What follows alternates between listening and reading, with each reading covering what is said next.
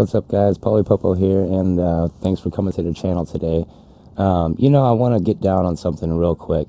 The best thing about making music for me, or whether you're going to a show or anything, is like you don't know what you're going to expect. I made a video not too long ago and got some comments on it about, actually a specific comment about, well, how can you make a song without knowing what sounds that you're going to make or what sounds that you have? It's like, okay, well, grab a guitar, a bass, a keyboard, a drums. What are you going to do with that? The best thing about making music for me is not knowing what to expect. I understand that some of the best music comes out on accident. All right, so that's just my form of music. I'm not making music for someone to rap over. I'm looking more into background music, so that's the reason why I make music the way that I do. And yeah, that's my approach on it. Okay, I like to hear the way that music is suggested to me. The sounds suggest themselves to me. I don't tell the synthesizer, I want you to do this. It's like saying you're going to go say I want to go surfing, and I'm going to go out and ride the biggest wave. You're going to really make that wave come out of the water? No, you got to be at the right place at the right time, is all I'm saying. Let's dive right in here, guys. Tell me what you think about that. Do you like to know what your sounds are before you're playing them? Or do you like to... Me personally, I think the first 10 minutes of you making your music is the most important part. And if you're spending all that 10 minutes on like, man, I can't find this snare, I can't find this sound, I can't find the keys that I want, find a good sound, play 10 tracks over it, then go back and add the sounds to it. What I try to show is that no sound is a bad sound, and the example was just to get the idea out.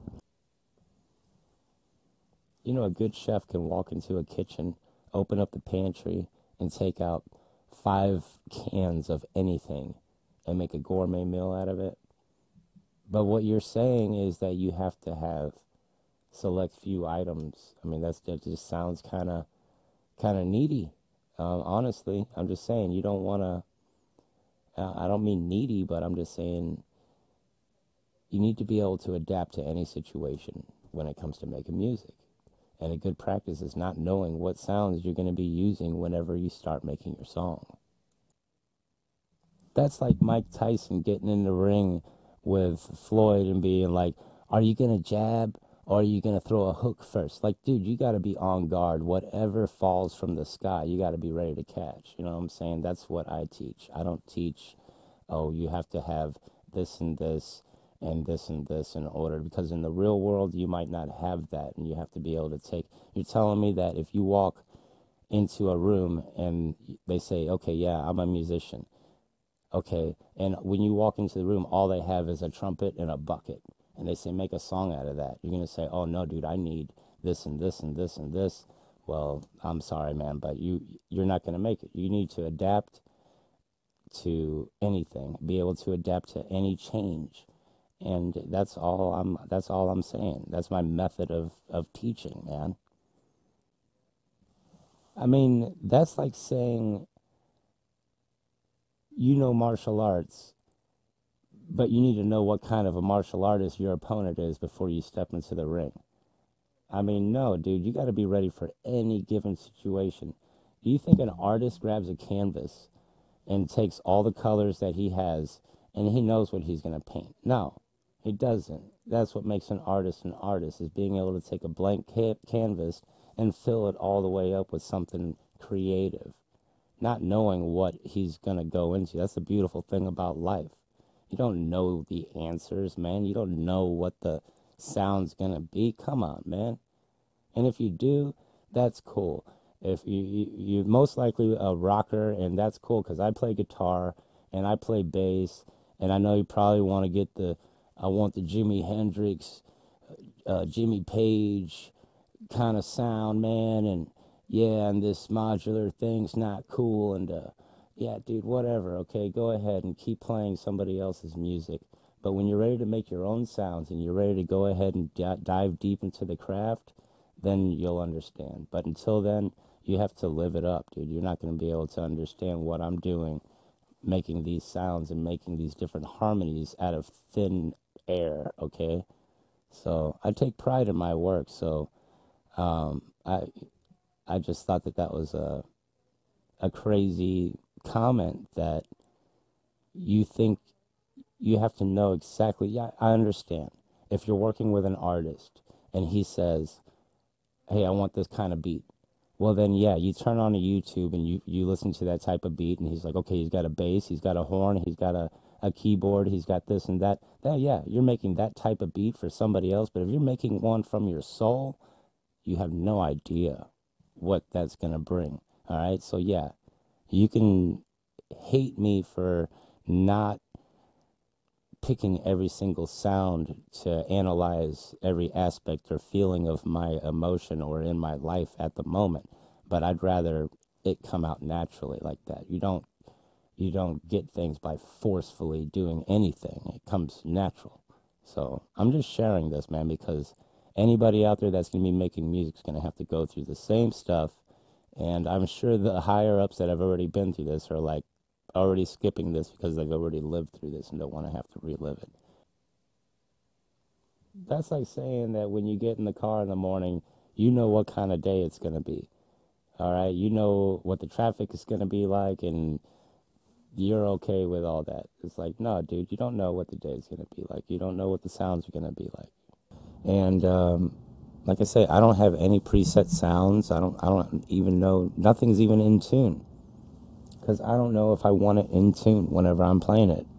So you need to start by not knowing what pitch you're looking for.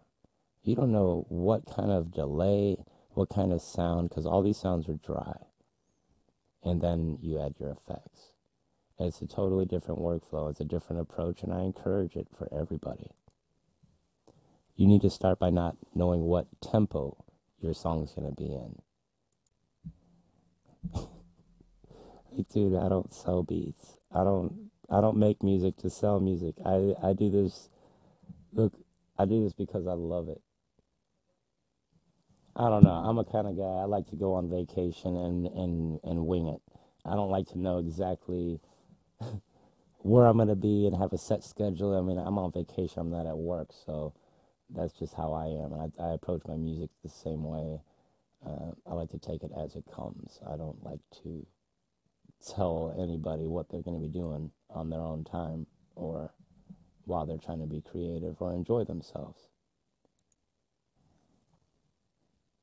I like that whole, I want that Robert Plant, Jimmy Page, Nirvana, Pink Floyd kind of, Jimi Hendrix kind of sound.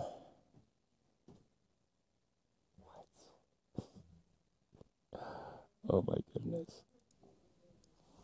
And one more thing.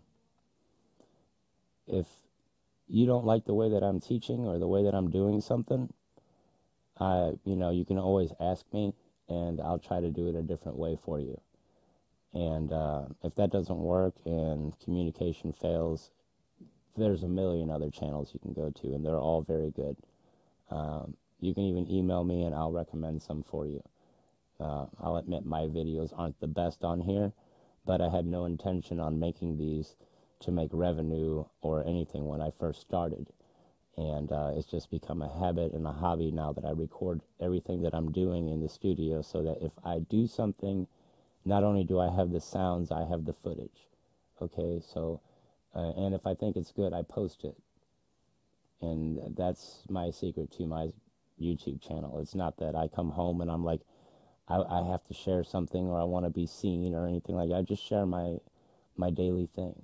I post consistently, and because I'm down here, every time that I'm down here, and believe it or not, this is part of my workflow to be able to come down here and turn on these cameras, set everything up, do 5 people's jobs, and be able to edit and put the lighting and everything and wire and it totally disrupts the workflow. You can see I haven't even started making the song yet, but it's part of the process, and the more I do it, the better and faster I get at it.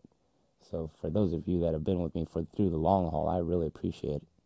And I've gotten a lot of pointers, And yeah, it's really helped out a lot, and the channel's growing very, very fast. And hopefully, in 5 years from now, I have a freaking million subscribers. And I just, it's something that I enjoy doing. So, if, like I say, if there's something that you see on the channel that you don't like or you don't agree with, put it in a comment, and I can try to steer you in a different teaching direction. But my goodness, there's nothing like not being so forceful and just letting the music take control. Okay? Okay? Okay.